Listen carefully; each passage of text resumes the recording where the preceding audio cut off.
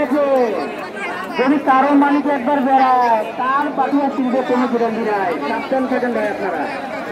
রাস্তা ক্লিয়ার দেন, রাস্তা ক্লিয়ার দেন, রাস্তায় গঞ্জাম করেন না।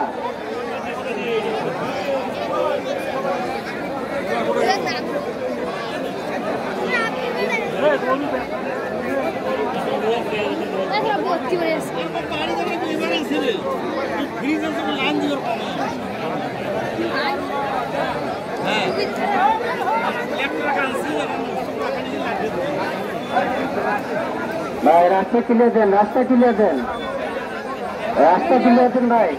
গঞ্জাম রাস্তা করেন না, রাস্তাকে ঘুরে ঘুরে করে তো করে নেই ভাই আপনাদের।